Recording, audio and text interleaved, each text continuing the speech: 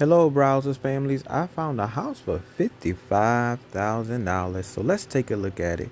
This house was built in 1940. The lot size is 10,454. It is a two-bedroom, one bath. Square footage is 1,000. This property is located at 117 East Anderson Avenue, Apache, Oklahoma 73006, and the seller is asking for $55,000.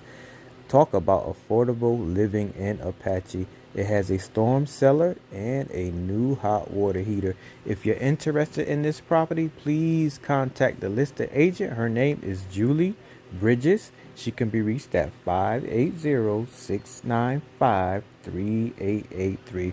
All right. I'll catch you on the next one. Bye bye.